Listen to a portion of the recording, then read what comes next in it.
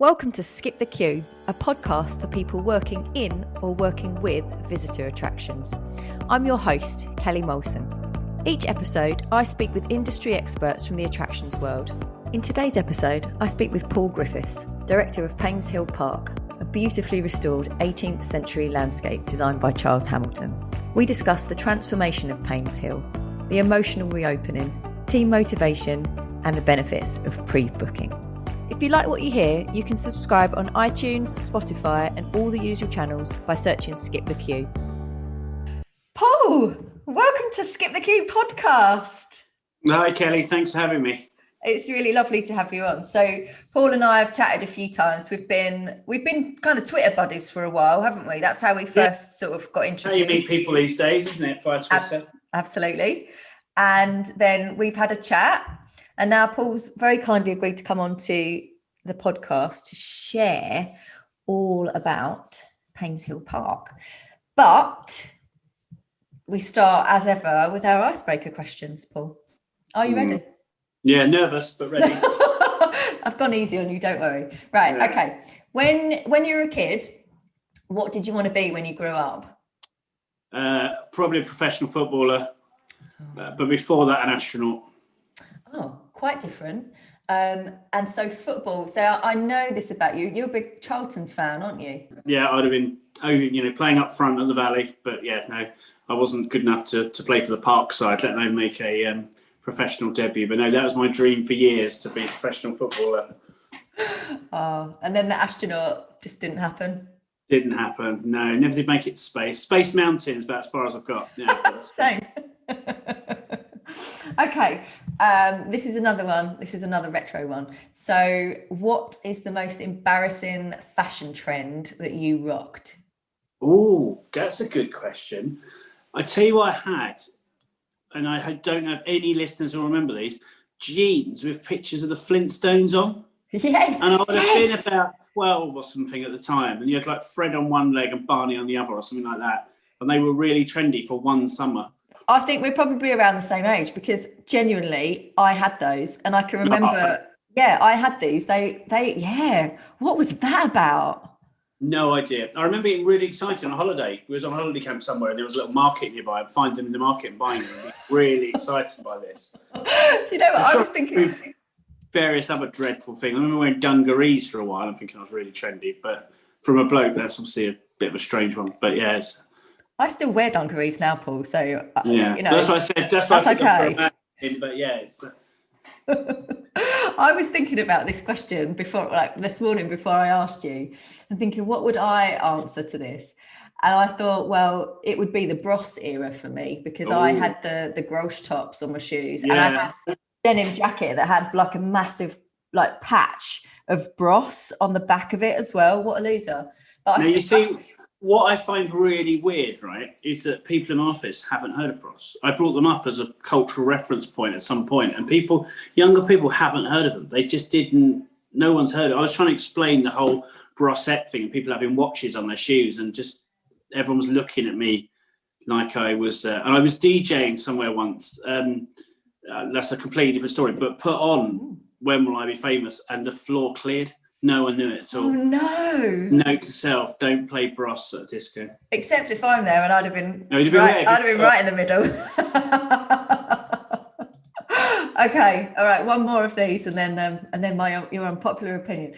If you could have an unlimited supply of one thing for the rest of your life, what would it be?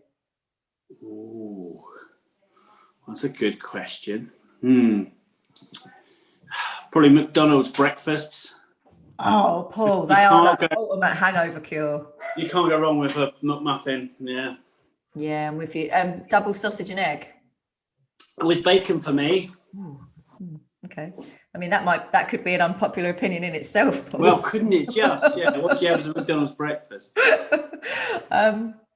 Okay, on that note then, I want to know what your unpopular opinion is.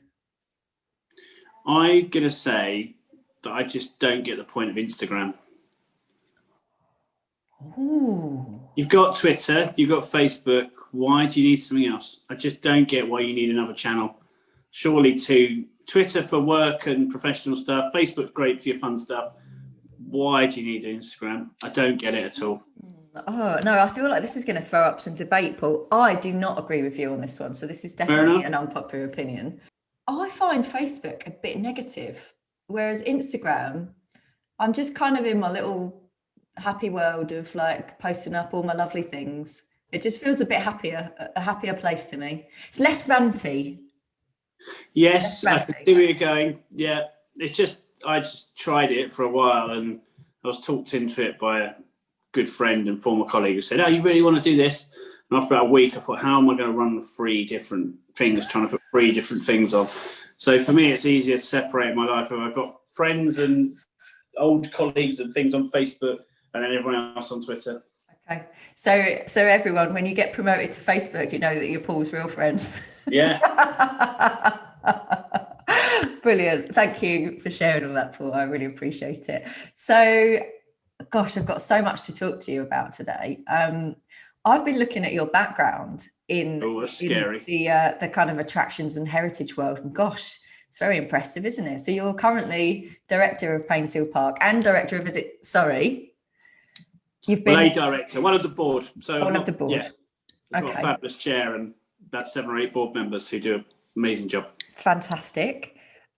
You've been head of ops at the Mary Rose Museum, head of visitor operations at London Historic Properties at the English Heritage. You guest lecture at Southampton Uni in contemporary tourism, and in 2018 you were awarded an honorary doctorate in business for services to tourism, heritage and conservation. It's not a bad list, is it, Paul?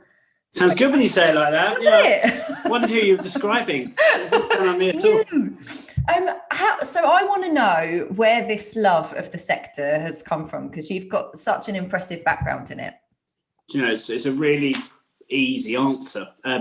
I went off to uni to study leisure management. At that point, I was thinking of going more into sort of sports, sort of leisure world. So maybe running, after we talked about earlier on about what do you want to do when you grow up, well, I knew I wasn't going to make it as a professional footballer, but thought, well, could I work in football? Like, could I work in the offices? Could I become a commercial manager of a football club? Could you do that sort of stuff? So I went off to study leisure management. And at the end of year 1, we had to do a sort of month's work placement, when they sort of head out for a month. And I couldn't really think what to do. And in the end, approached a few tourism attractions, because I sort of got a bit more into the sort of tourism side in that first year, because it was a modular degree. So we were doing like 4 different subjects every term, free, and it was very much like schools, it was 3 terms and we do for 4 different subjects. And I wrote to Hever Castle, and they accepted to take me down there for a month. And I was down there with a chap called Piers, who was the visitor services manager or visitor operations manager at the time. Just had an amazing job. So I spent this month shadowing Piers, who I still see occasionally now. He works for the Tate. Last time I saw him, he worked for the Tate, so I hope he still does. Otherwise, this could be a really difficult episode if he doesn't anymore. Yeah, but so I often bump into him. It's like Alva events and stuff, which was absolutely fabulous. But no, I spent this month with Piers. It was just brilliant. So we put on flower shows in the castle. I can remember driving this funny little van. I'd never driven a van before in my life. And I was sort of thrown the keys and told to go and pick up this lovely old lady with all her flowers, because it was like the local WI doing a flower display. It was just, how fabulous events can be in our industry. And it was just brilliant. The weather was fabulous. Piers' job involved sort of wandering around. Don't belittle it. I don't mean wandering around, but going from tea room to shop to admissions, making sure everything was working right. And I just thought, this is just brilliant. This is what I want to do, is in a fabulous historic setting, talking to people, dealing with loads of different heads of departments. And everyone was really lovely, in the same way that most people in our industry are really lovely. Very true. Everyone you bumped into around Hever was just utterly fabulous. So I went back to uni, and at this point we had to choose our sorry, this is quite a long answer, Kelly, apologies. But we then had to choose our a pathway which we'd specialise in. So you then had sort of leisure management as half your course, and then your pathway as the second half. And you could have done sort of rural tourism, straight leisure management. There was a more legal side, and I chose to do heritage management. So that sort of swayed my my degree, and then so my degree was in leisure and heritage management. So fabulous thing to have. And then after leaving, just wanted to get a job in the sector, and was quite lucky, just got a job in English Heritage. My first job was sort of making the tea for the quantity surveyors and booking their travel, and just working in the office as basically a dog's body is the only way I can describe it. But it was a route in. And EH's rules then was that they would try and recruit most jobs internally first. So you'd get a weekly jobs file come round, and I'd open it eagerly every week to see what was available. And then got this job at Down House, home of Charles Darwin, which hadn't opened to the public. It had just been taken on by EH. And we had this amazing sort of 2 months getting ready for opening, and then throwing the doors open to the public, and all the fun and games that went on then. It was just, so from there I just stayed with English Heritage for 15, 16 years, something like that, moving, thankfully just moving into different progressive roles, which was fabulous, and ended up as area manager for London. So I had the entirety of London with 12 sites around London, really spread out as well. So you had like Kenwood House up on Hampstead, which is where my office was, Chiswick House and Marble Hill in West London, as far afield as Tilbury Fort in Essex, out in sort of towards the east, the Jewel Tower, which was the oldest surviving part of the Palace of Westminster. It's a bit that you always see behind people who have been, when MPs have been interviewed on the news, the Jewel Tower is always just merrily behind it. So we managed to move, when I was there, some signs to be just behind where the interview was. It's perfect product placement for us. But yeah, it was an amazing job. I spent most time travelling from around. I was rubbish at diary management, so I'd find myself agreeing to be in Kenwood in the morning and then Down House or Elton Palace in the afternoon. So, forever turning up late to play. It was just, but great. And I loved it. And it was I was there for, 15, from 97 to 2012. So what's that, 15 years, isn't it? So, yeah. That sounds incredible. And what a place for an office as well. That spectacular place for an office. And just going to big up Essex as well, because, Essex girls. So Tilbury massive. Well done. The thought that counts. So now you're at your new role, this role. Yeah. Tell us a little bit about the park and how you've come to be there and what you're doing there. Yeah, so after I left English Heritage, I spent 5-6 years down at Mary Rose, as you mentioned earlier, then came here in November 2018. I must confess, I'd sort of heard of Painshill, but I didn't really know it. And I think that sums up what its problem was, right. So much that people didn't, even local people didn't know it was here. And I came in November, as I say. It wouldn't be fair to go into details, but there've been a lot of changes at Painshill, and a lot of the team had moved on.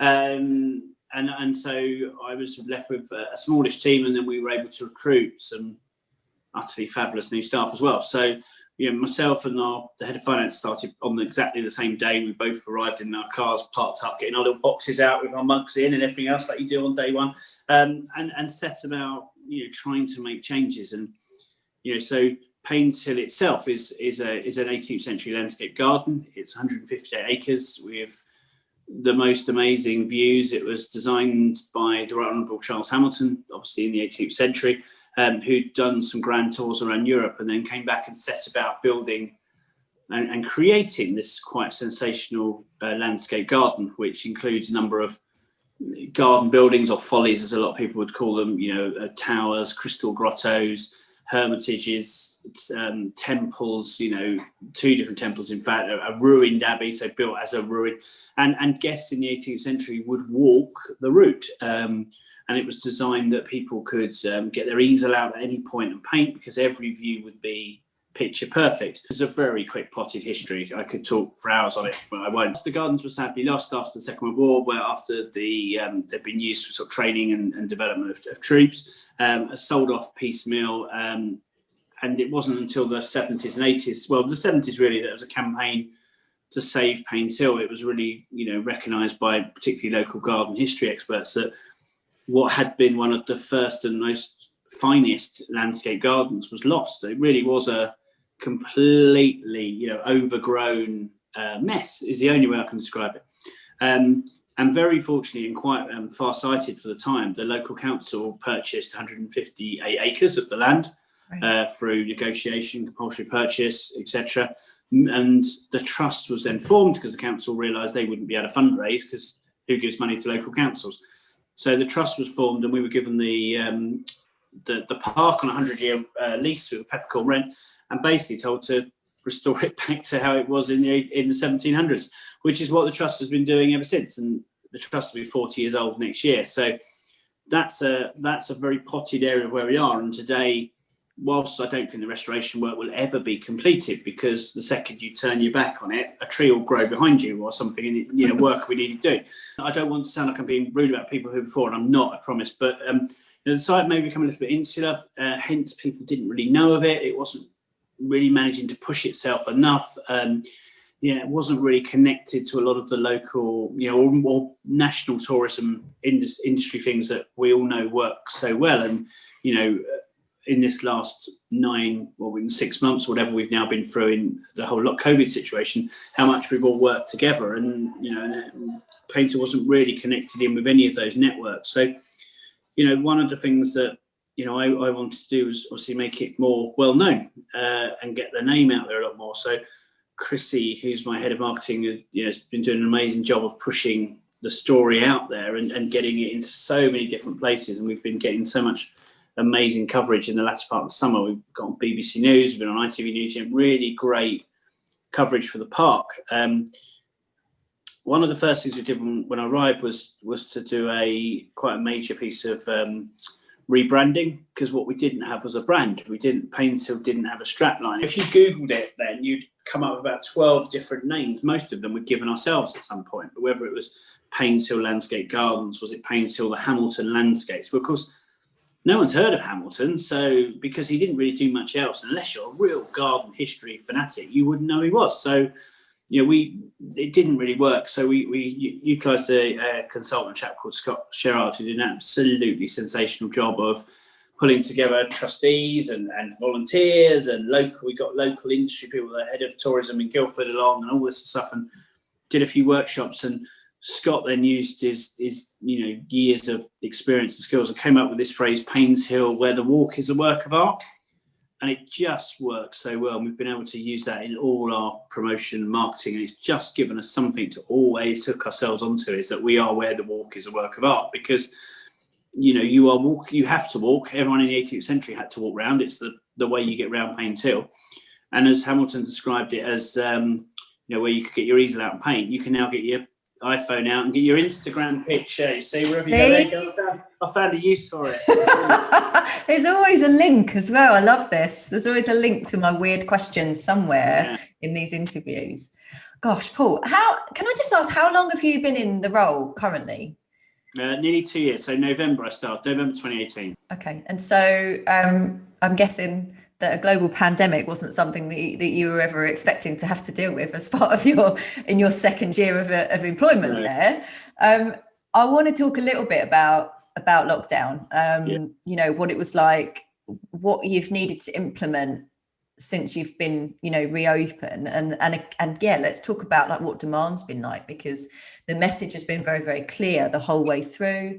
Outside is safe. So my assumption, and I know we've chatted, is you've probably been quite busy since you've been back open.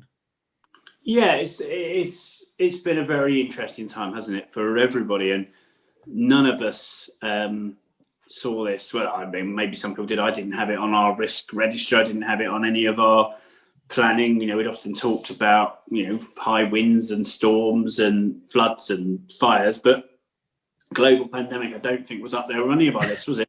And that point being, global, I think, is the most remarkable thing. I've got a really good friend who is the development director at the San Diego Museum of Us. And he and I would sit regularly chatting during lockdown on Zoom, and you just got the same problems. It was so bizarre, really. You have exactly the same, what you're closing, what you're doing, how you reopen it. It was just bizarre to be sitting chatting to someone the other side of the world, literally, having the same problems. We went into lockdown it was a worrying time, as it was for all of us. So, myself and Yo, my head of finance, we sat and we played around with business plans and figures and stuff. And at one point, this is before, and when you look back, it really did come quick, didn't it? You look back on that, and I looked at my diary recently for something completely different and thought, it was only 2 weeks earlier we were out for one of our teams leaving for maternity leave, And we all went to the local pub, had a nice meal. We were all sat around the table, and that was like 3 weeks before we were closed, or 2 weeks before we were closed. Blimey, that was, I was at a football stadium. I was at the Valley the week before football was cancelled.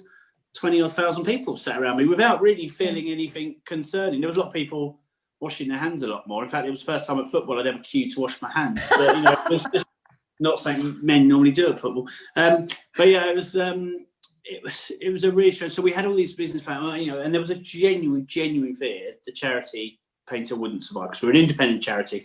We receive no government funding. We're not part of the trust or anyone else. We are our own little independent charity. And there was a genuine, look, okay, so if we close for 3 months, 4 months, whatever it might have been, you were hearing all the rumours, we won't survive. We'd have cleared all our reserves, and we'd be owing the bank lots of cash, and we'd be trying to close the place down. And we can't do that. Luckily, before we had to close, the job retention scheme had been released. So we were fortunate to go into closure knowing that was there. And that was saviour number one, I think, because we were able to make 80% of our team on furlough. And isn't it funny? I'd never even heard the word furlough 12 months ago. I can remember us having a discussion in the office trying to work out how to pronounce it. Are you furloughed, furloughed? What is this word that now suddenly everyone's writing that? So we were able to do that, and that really did set us up to say, right, okay, so we'll use a lot of our reserves, but we can get through a potential 3-4 month closure and still be alive. We then launched a Save Painshill campaign, and that was a really fabulous thing that we did. And that was, our head of fundraising, Karen, and Christy, I mentioned earlier, head of marketing, really pushing those messages out. So we released a lot of footage that hadn't gone out before, with a real clear message with voiceovers. I did a few recording voice messages from home, and they were either put over videos, or I was just talking to the camera like I am now, saying why we needed help. And we raised about 30 grand in the end through that campaign, which was brilliant. But 10 grand of that was a foundation picked up. We hadn't applied to them. They picked up our campaign and said, we really want to support Painshill. It's so important, blah. So that was a brilliant start. And all these little things. Steve, my head of visitor and commercial services, come up with this idea of selling our own wine. We've got our own vineyard. So we always sell wine, and we make our own gin, which is made from botanicals from the kitchen garden. So all of the botanicals come from the kitchen garden, and the little gin kitchen in Dorking, which is a little startup business, turns it into the product, and it comes back in these lovely jars. So we did a delivery service around the local area. A number of volunteers who were happy to come and help, because we rely very on volunteers. Although we'd shut and stood all our volunteers down, we just anyone happy in their car to nip around the local area delivering, and we just couldn't sell enough. We sold so much of this gin and wine and delivered it. It was brilliant. I think for people it was a way of supporting us, and also getting a great product at the same time. Everyone's a winner, so that was great. So we got about 10 grand in the end from sales from gin and wine. So all these little things kept edging away at it. Whilst at the time we were obviously planning reopening, we'd been one of the last places to close. We literally were open on Monday, the 23rd of March, and it was only that night when Boris said at 8 o'clock, whatever it was, he said it. We always did these messages really late, didn't he? That you'd have to change your plans overnight. So the announcement there was like, we've got to close. And I remember sitting there. And funny enough, I was putting my son Barney to bed, and I was sat with the iPad just writing to the trustees as he was dropping off, saying, we're going to have to close. We can't, pull this off any longer. But what we had done is we had a little practice for social distancing, because that weekend before and going into that week, when things like cafes could only be takeaway. So we reconfigured our tea room to be a takeaway only service. You needed to have social distancing and one-way systems. So we started to introduce it. So we had a little practice, which was great. And it meant that we knew how we could reopen. So we were very lucky in the sense that when, therefore, we started planning our reopening, we'd had a bit of a go and we knew what would work. So we were probably had a little advantage on some of our friends at other sites who maybe hadn't had that trial to see what happened. So we had to still amend it a bit further. We sort of closed the shop and brought people out of the shop, and then there was all that sort of, could you open the shop? Couldn't you open the shop? And we reopened. We ended up reopening on the 28th of May. We had 4 days for members. The first few days we opened was really emotional. I felt really emotional having people back in. My team did. I actually remember during lockdown, because although we were all working from home, we'd all pop in occasionally to check phones and just do little bits and pieces, and also just to make sure everything was all right, and just check on everything. And I came up with my dog, and I walked the dog round the grounds with not a soul in there. And there was part of me that thought, wow, this is quite special. I'm walking around Painshill and there's not a soul here. But then the main part of me was like, this is really sad, because I feel a bit weird. There should be people here. I want public and people and stopping chatting to members and visitors. But what was really emotional was the response we were getting from members who were coming back. There was two particular different incidents. One lady said she'd not been out of her house for 9 weeks, and this was the first time she'd come out. Wow. And that was like, wow, you've put a lot of trust into us then, because you're coming here on your first time out. And the second woman, this was really quite emotional, said the stuff we'd sent out, like videos, pictures, because we were doing lots of blogs, because obviously you weren't seeing the seasons. And people love, they'd seen a bit of the daffodils, but missed a lot of them, the bluebells and snowdrop. All this had just gone without anyone seeing it this year.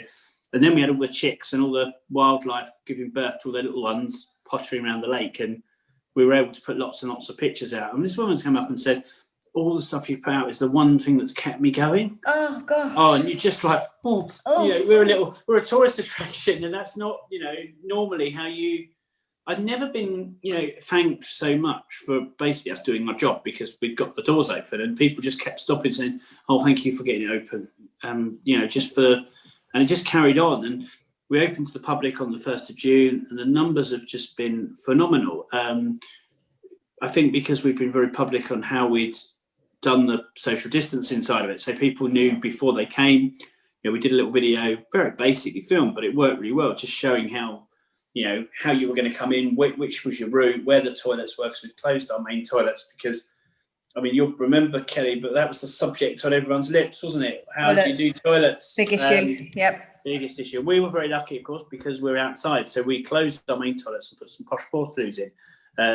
And people liked them because there was one cubicle. You opened the door, went in, did your business, came out, and off you went. Bit of a quick hand sanitizer, and off you went for things. So, it worked really well. The numbers carried on. August was great, September was good, and October rather has been good. It's just, for us, it's this whole when will the bubble burst is just in terms of numbers. We just hope it won't. But it's been very difficult planning. As I know it is for all our colleagues and friends that we chat to. You can't really realistically start planning events and things for next year, because you just don't know what you can do. How many people are going to come to a wedding? How many people are going to be able to come to an event? Things like that. I've got so many questions, Paul. Thank you for sharing all that, because it's that little story about that lady has really it's just made my heart just pump a little bit.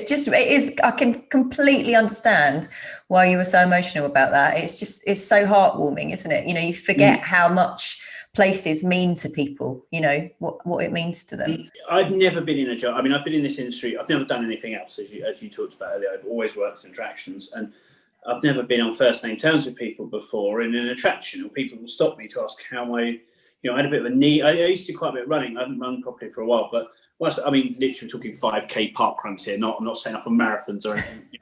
Not quite got to Carly's level yet, but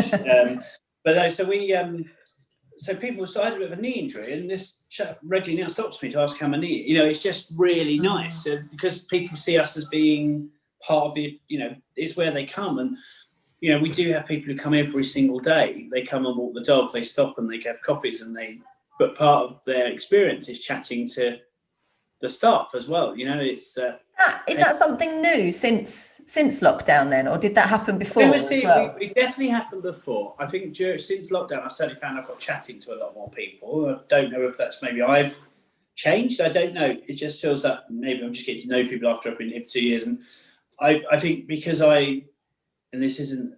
I'm not meaning this in a trumpet blowing way, because I was director, fronted up a lot of our campaigns to, appeals, and was doing video, filming videos of me talking, saying we really need support, please.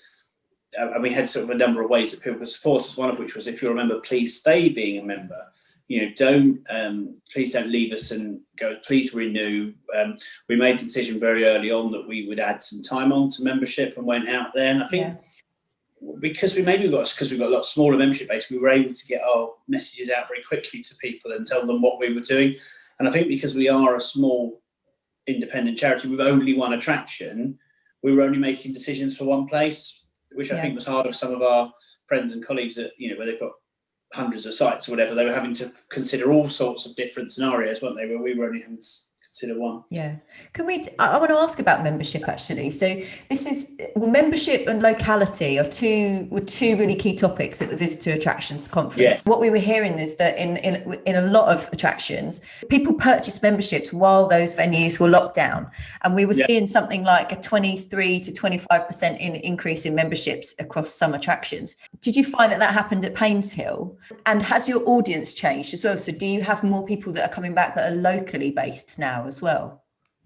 Answer the first part of the question straight away. Yes, we managed to retain our members and even saw some growth during lockdown, because it's one of the big things we were pushing, saying, look, when we reopen, you'll be able to come out and see Painshill and be able to enjoy the landscape. And I think we certainly have seen a lot of people joining since we reopened. Because of our smaller visitor numbers and because we're only one site, we made a call very early on as well that members wouldn't have to book in advance. And that really helped us, because I think we gained a lot of members because they quite like that flexibility. So if you're a day visitor, if you like, you want to buy a day ticket, you need to book a slot. That's been great, and there's a number of things to talk about on that. But for members, I think not having to book meant that they could just have that flexibility to come when they liked and stuff. And I think that's really helped us push those members. The challenge, of course, is we need to keep those members, because my trustee board won't expect to see a dramatic drop in visitor numbers. They'll be asking me quite rightly questions of what we've done. So one of the things we're trying to plot now is what can we do to really impress those members, that if when we get to 12 months from now, you're not having to pre-book anywhere else anymore. And, although I'm starting to feel like this is going to be going on a lot longer than I think any of us did think, just on another side there, why I'm saying that is because I can think when we reopened in May, I was making decisions based around a summer attraction. And I now we open year round, and we're now having to think, well, actually, we need to give some thought to heating and keeping people warm. So our volunteers and front of house team, we took out, they normally, in the pre-COVID days at Painshill, you came into the shop, which also doubled up as a visitor centre, like so many sites do, and you'd buy a ticket at the desk, and in you'd go and have a lovely time. Whereas we decided to not make people go in through the shops, they didn't have to go inside. So we bought a couple of little pods and put them outside, and there's a screen and stuff, and people could turn up with their membership card or the tickets and show, and then off they go. And I'm sure so many people. But now I'm having to think, we're getting deep into autumn. Actually, we can't stick 2 volunteers outside, even however many hats and gloves they've got, because it's going to get wet and cold. And I hadn't thought of that in May, because I didn't think we'd still be doing this. Right. Here we are in autumn, and I think a lot of people were probably in the same boat, those who opened early particularly, that actually we weren't thinking that far down the line.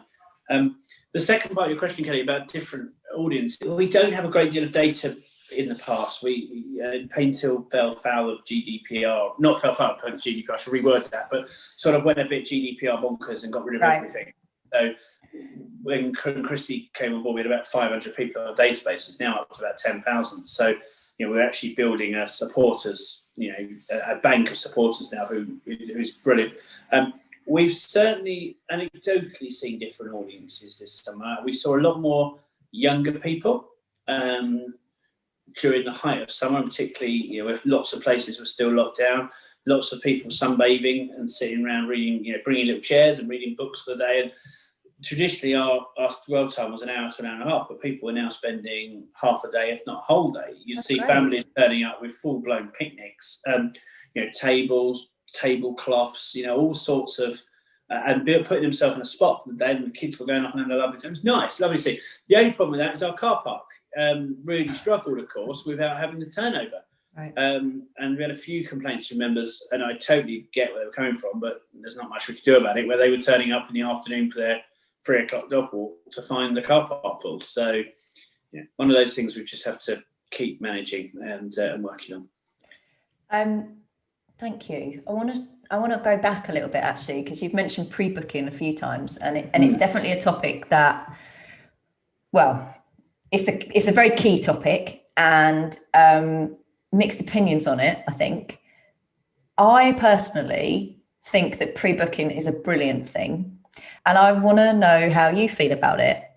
How has it worked for you, do you think? And would you like to keep it? Yeah, it's definitely worked. And yes, I'd love to keep it. It's been great. And it's been particularly great during this time because we're managing numbers. So we had a weekend in October where we had 1,500 people in. And that was because we were sold out. Paintshill sold out. I never thought when I joined we'd see the sign saying Paintshill sold out, which is lovely itself. But it has enabled us to manage the numbers. It's enabled us to make sure that members aren't having a poor experience. Also, people are turning up. One of our biggest problems is we are very weather dependent here, and if it's wet, we tend to have a much quieter day. So what we're finding is if it's raining now, people are still turning up, but they're just putting on the waterproofs, maybe under their breath cursing their bad luck, but actually walking around with an umbrella and getting on with it and having a nice romantic walk in the rain, or under an umbrella, cuddled up, whatever. But yes, I'd love to keep it because it has meant that numbers are coming in. It was brilliant. I remember in your podcast with Carly, I think Carly used the example of Warner Brothers, in Watford, and I was in that same boat because when they opened, and I can remember being in a seminar, people were talking about it, saying it's pre-booked only, or something. No one's ever going to come. And of course, as we know, since it's opened, you've not been able to get a ticket for it for love nor money. What a success story! What an amazing attraction as well. And despite running a historic landscape, I find myself always looking at those bigger attractions as places that we could just learn so much from. The service and the just everything that these places do. I always think is so good. Yeah, I totally agree. I think that there's been a behavioural change, right? People they're okay to pre-book now because it's an expectation of what they need to do to go and visit the place they want to go to. I just can't imagine why anyone would want to take that away if you've already changed someone's behaviour to purchase in advance. It doesn't make any sense to me. So I think that I agree with you completely. The only thing I think which would take it away is if there is, people are upset about it and there's a demand from the public, they want to just get that flexibility back. I mean, I can't deny there's some times when I have really got frustrated with the lack of flexibility for places. Like my little lad Bonnie desperately wants to go swimming, and yet we just cannot get booked in to go swimming. And now, in the past, we'd have just decided on Saturday morning, let's go swimming this afternoon, and rocked up to one of 4 or 5 local swimming pools and gone and had a lovely time. And the worst case scenario is they'd have said, there's a half an hour wait and you got a band for a session and you went and sat in Costa or whatever and had a coffee and then cracked on when it's your time. But now not being able to make those decisions, I think it is a shame. But I think we're very different on that fact because we're not massively limited. We do have a limit and we have sold out a few times, but on the majority of days there are tickets available. I think it's what you said earlier as well about people, the length of time that people are spending there. Now, actually, your venue is a day trip. It's not just I'm going to pop there for an hour and walk the dog. People are changing the amount of time that they're going to spend there. And then it becomes, there's another thing about pre-booking that makes it a little bit more special. Yeah. Do you know what I mean? You've got to plan you've got to plan in advance. You're going to do it. And actually you've got that build up of excitement because you're going there. I think that's quite nice as well. I think that's why we also saw all these very, very luxurious picnics as well, because people had planned amongst 2 or 3 friends, obviously no more than 6, but had planned to come and meet. And, we were seeing lots of people, I was saying earlier, with tables and chairs, but one of the chairs would have a little birthday balloon on it because obviously people were coming to do that rather than go to a restaurant or pub, and that's particularly before they reopened. And obviously, now obviously it's difficult. We'd like to see our friends in other hospitality parts of the business supported, and but there is still a nervousness, isn't there, about people wanting to do things like that? Yeah, and there is. It's, every day the news now is full of more and more stories of where this could go, and this isn't going away, is it? As much as before. We had a question from one of our lovely regular listeners, Richard G on Twitter. And he wanted to know how you kind of shared your vision and motivated your team to realise the vision for Painshill. And I guess part of that is, how have you kept your team motivated during the last few months? Gosh, they're 2 really good questions. I think I mentioned earlier that we've been able to recruit quite a lot of the team because there was the people that were here when I arrived really wanted to drive the place forward. I think a number of them wanted to change it for some years and hadn't been able to. And my philosophy has always been about trialing stuff. Let's give it a go. And, I often see that, rather than sit and write a lengthy business case, I'm not really a massive fan of writing big, lengthy stuff, but, you could, give it a go, try it. And actually, if it works, you think, well, actually, it's brilliant. Or if it doesn't work, you can quietly, close it away and we'll never talk about it again and pretend it didn't happen, unless something's gone disastrously wrong, of course, but we wouldn't get that far. So I think in terms of motivating the team initially, it was just about, people wanting to take the place forward. I made it very clear that, I think there was lots and lots of quick wins we could do just to transform the place and give it a tart up. I wouldn't say I was a yes man in the sense, but I will try and say yes to good ideas and say, well, let's give it a go, or let's see how we can develop that and let's see how we can take that forward. And certainly getting everyone together and on board and sharing things. I think, it's so important, isn't it, that people know what you're trying to achieve and buy into it. And, you get people on board very early on. So in terms of the vision, of course, things like, as was mentioned earlier, the work we did with Scott, everyone was involved with that. The entire team were involved with that and feeding into it at some point. So everyone at Painshill, members of staff, lots of trustees, lots of volunteers, everyone we'd almost signed up in blood because we'd all been part of designing that new strapline, that thing. So actually taking that forward, and everyone knows that, we've got to make Painshill financially sustainable. It can't survive, without being sustainable. And it hasn't been for some years, because the only years when you look back that Painshill made a sort of profit, if you like, is where very generous donors in the past were writing large checks. And those people aren't always around and there's more of a demand, and so we know. So we've got to make our operational side financially sustainable, so that through getting visitors in through the door, we're generating enough money to pay the staff and cover the costs and stuff. So I think there was a stark motivation in the sense that we have to make this place work, and let's really try and have some fun while we're doing it as well. And we work in an industry which is making great memories for people and giving people great days out, and you want people to be leaving going, what an amazing place. And there was a lot of quick wins. Signage needed changing. There was no guidebook. There was nothing for people to buy and take away and learn about. Was the tea room was quite bland, is the right word. So we've now put some, tried to create a bit of a sense of place. We've put some quotes up on the tea room wall from where Paintshill's featured in either literature or people's comments. So two presidents of the United States have visited Painshill, and Adams gave a great quote about it being the best piece of art he'd seen. And so we've got that up there, and Painshill features in War of the Worlds, and so we've got a quote up from there.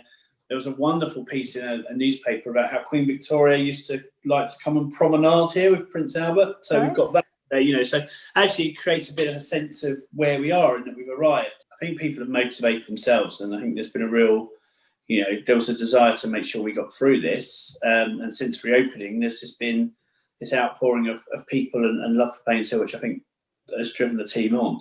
I think there has been a lot of exhausted people, and I think you're seeing that across our whole industry, aren't you? Because there's a lot of people who've worked very hard without much of a break since March, and I certainly saw it in the face of some of my team who've been working all the way through this, 6 or 7 who's not been on furlough. And I'm not saying for being on furlough was easy from any stretch of imagination, because I don't think it was, because most people actually wanted to do stuff and wanted to help. And a bit like when you had Rachel and Carlton on the other day, and Rachel was saying on the podcast that she wanted to be doing stuff and couldn't. And I think that was the same for my team. And they wanted to volunteer. They wanted to help. Lucy, who looks after our volunteers, wanted to keep doing the volunteers newsletter. And of course, we couldn't let her because she couldn't be doing work for Painshill. And I think whilst I understood why the regulations came in, I think it affected charities in a way, because they couldn't let people just still help and keep the thing afloat. So yeah, I think it's been an interesting time, and it's been hard work for everyone in our industry. But I think what's pulled it through has been the fact that everyone's worked so closely together. I think the fact that organisations like Alva and the amazing work Bernard's done through the last, forever, but particularly his last few months, and letting people come on to enjoy webinars or getting Bernard's daily updates when you're not a fee-paying member of Alva because you're not a big enough attraction, but actually the realisation that everyone's in it together, I think it's just been amazing, and I'm just so grateful for what everyone's done during this time. Yeah, it's been lovely. I think that's been one of the most wonderful things to come out of this. Yes. We're coming towards the end of the podcast, Paul, but I've got two more questions for you. You know, we always end up on a book recommendation, but before we get to that, I want to know what's next. So we're in the run up now to Christmas. Yes. What have you been able to plan for Christmas? Because I'm guessing it's not what you were expecting to be planning.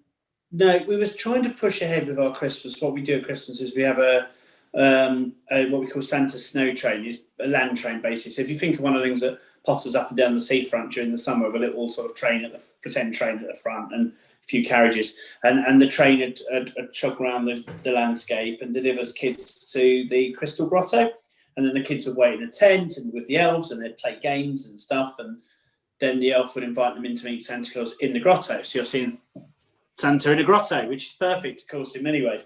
And then you potter back, and we run it during the day and into the evening. Of course, when it ran into the evening, we needed lighting and stuff like that. So there was a lot of outlay of costs and a lot of concern, and also we were really struggling to make the train social distanceable. Our booking system wouldn't quite allow it, and couldn't be made to allow without us parting with a large amount of cash, which of course was just adding more onto the risk. So a couple of weeks ago, we made quite emotional with the team, because people have spent, we knew it works, and people have spent since last Christmas planning it, and getting everything in place. So actually to have to make the decision to cull it was really, really hard work. But we made that call that we would pull the whole event and really just try and see what we can start again. Now, we've worked with a company who are relatively local to us by sheer chance. We got in touch with them, found them on the internet, and then only discovered after talking to them they were like a couple of miles, not even a couple of miles away. It's like one of these who do like large models. So we've used them for the dragons that we're having in half term, and we've also had them. We had some dragons before, so they are doing what we're calling the safari trail around the grounds, and this is just literally people will walk around the grounds in their own little bubble. So no train, no grotto. No tent to wait in, because obviously the other thing we're looking at is, well, if we have kids waiting in the tent, we've got to entertain them. Now, last year, myself and a number of other parents, as it were, brought in out of date, toys that their kids had stopped using. So Barney's old train set was merrily set up for playing, and kids were loving it, because they'd come in, play around a bit, and off they go. But of course, we couldn't let kids do that. Can't be handling toys that other kids have just handled. It's just so. Yeah, so we've got the safari coming, which is going to be really, well, I hope and I know, cracking walk around the grounds, looking at penguins and polar bears and looking for reindeer, and there's some gingerbread men, a big tree. And then we're doing a sort of tea with Santa, and this will be quite a limited capacity, but it means we are doing some form of Santa event, decking out one of our a small function conferencing room, but in a nice Santa-y way, and kids and families will come in sitting in tables of no more than 6, socially distanced, obviously, have a cup of tea, and it's not like an afternoon tea, it's tea and a slice of cake or a mince pie, and then Santa will come in, tell a little story, and then you'll go up individually to meet him. So at least there is a Santa is not coming to Painshill.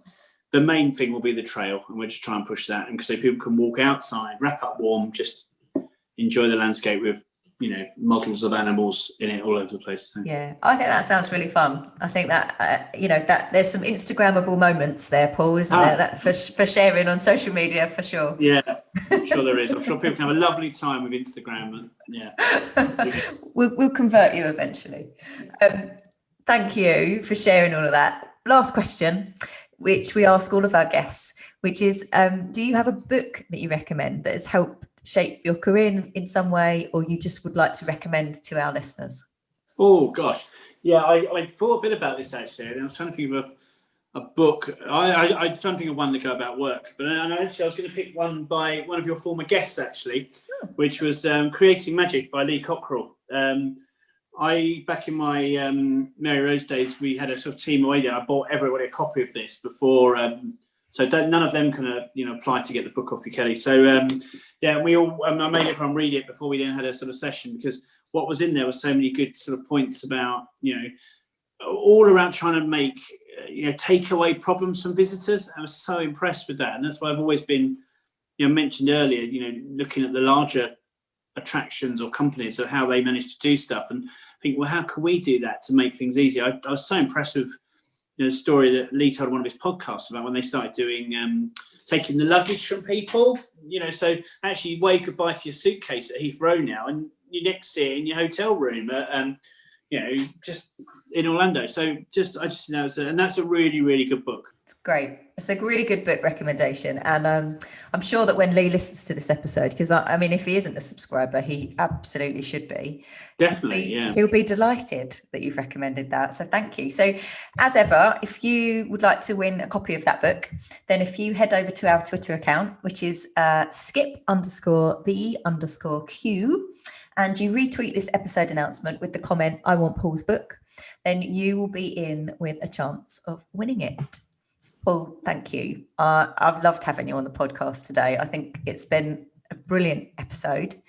I'd really like to say a big thank you for how, again, like everyone that comes on is superb, but people are so honest and so open and so happy to share their experiences. So thank you for doing that today. Well, thank you for having me. It's been great. Thanks for listening to Skip the Queue. If you've enjoyed this podcast, please leave us a 5-star review. It really helps others find us. And remember to follow us on Twitter for your chance to win the books that have been mentioned. Skip the Queue is brought to you by Rubber Cheese, a digital agency that builds remarkable systems and websites for attractions that helps them increase their visitor numbers. You can find show notes and transcriptions from this episode and more over on our website, rubbercheese.com/podcast.